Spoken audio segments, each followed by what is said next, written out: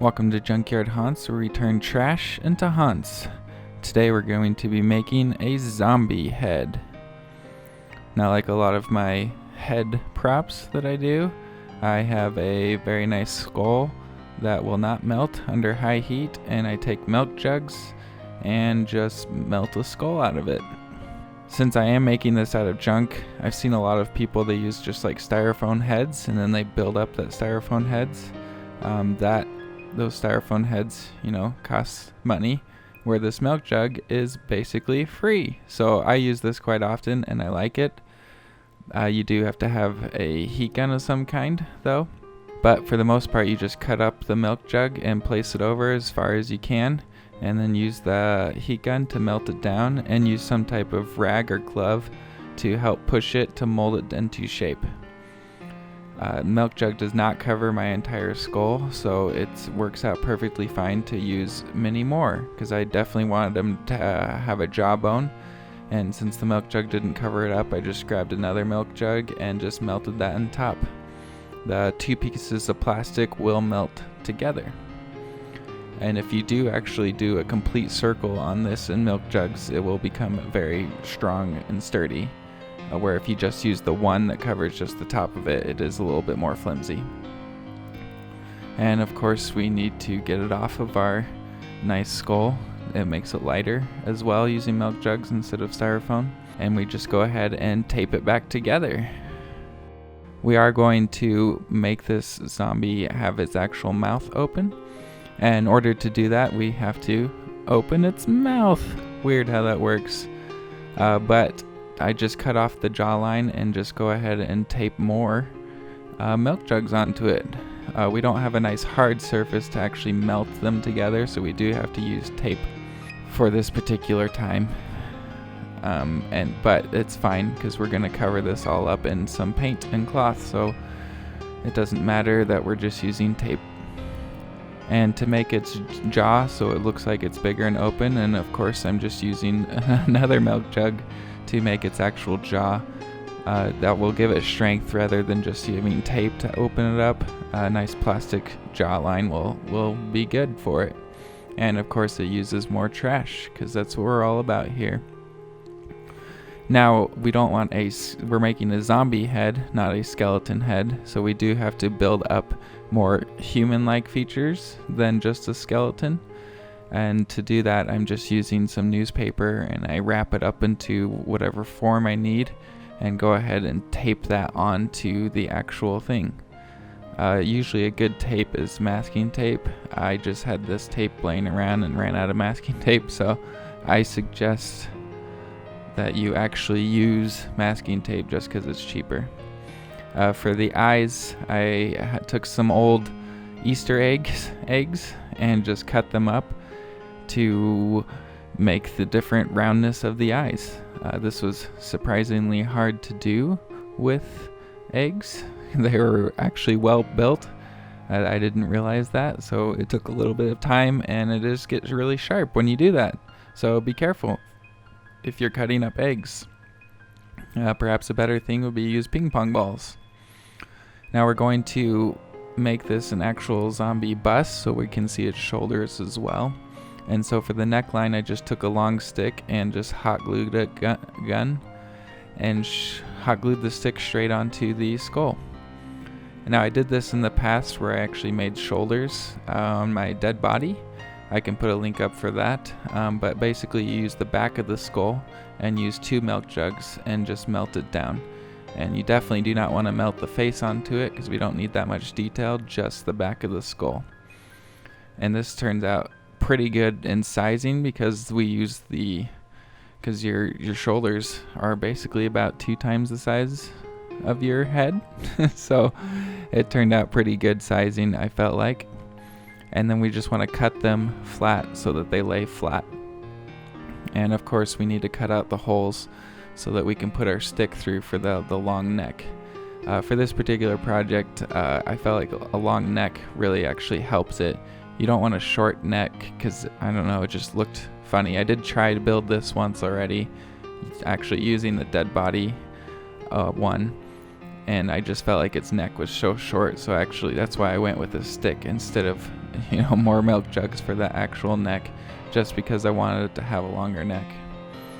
To make this balance a little better, since it is top heavy, I just use my normal weight adding technique of gluing on a rock. It's very fancy. But now here's where we're actually building the real character into our zombie. I've seen this technique used in other places. I don't remember where, so one good thing about making props is you want to use as much techniques as you can find. To do this, I'm actually using exterior latex paint, and I'm taking just regular paper towels. I'm actually taking 2 of them together and ripping off its very ends so that there's no straight lines, because straight lines do not happen in nature, and a body is nature, or you do find zombies in nature. True facts. And then we just go ahead and just lay it onto our skull, our base. Soak it in the exterior paint, and then we just fold it back or unravel it to make sure it's flat again, and then we just lay it on. And we keep doing this process over and over.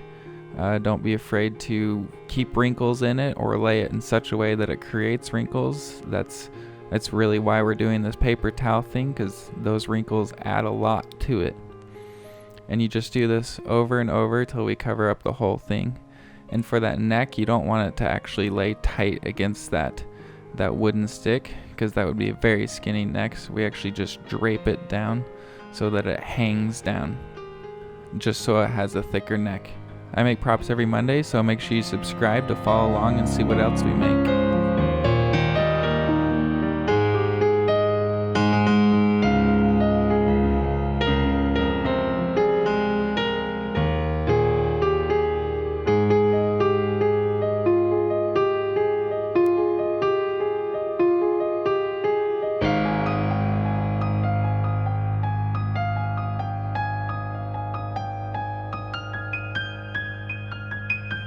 Now we're going to actually add teeth in. Now probably it would be better to have put the teeth in and then laid the paper towel over it. That way the towel actually looks like the gums are built in, but I didn't end up doing that. So I suggest, if you make this same way, to go ahead and do that. Now for the teeth, I'm actually using some old yogurt cups. I just cut small strips and then just layer it up with hot glue till it's nice and thick, and then I cut those down into squares. Very simple, and it makes a nice thick looking tooth, as you can see. I also suggest that when you make these teeth, to put more cracks in it. Don't cut it as straight as I did, but I think it still turns out good. And of course, after we get them up, we will have to, I guess, repaint this whole thing to really add in the detail and make it look alive. Don't use actual white paint. This is not white. This is like a yellow paint, actually, to cover it up, the teeth. And I did the same for its eyes. You will have to put a ton of layers onto the teeth, because it's plastic on one side and hot glue on the other, and it doesn't accept paint very well. Now to add the best part of this project, we're actually going to dry brush the whole thing.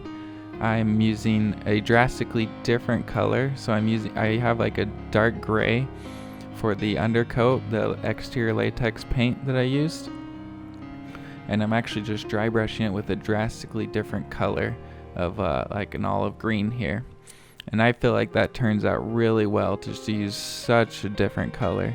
It really makes a lot of character onto this. Now remember, a good dry brush technique is to just put a little bit of paint on your brush and then rub it off onto something else, so there's only a little bit of paint, and then cover your prop with it. Because of all of our folds that we made earlier on, actually, this helps really add that character, because the dry brush will only reach the higher levels. And then to create the actual irises, I went and downloaded a picture off the internet and printed them off, and I'm just gluing them on. Simple as that. I actually put glue on top of the iris too, so that I can just paint it down so that there's no excess edges folding up like paper normally does.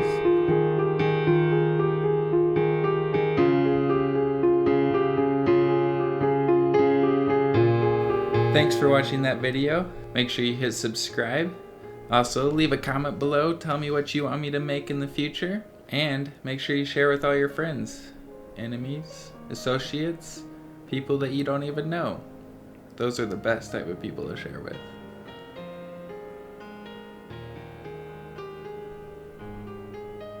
You couldn't tell us apart, could you? Exactly like him and I.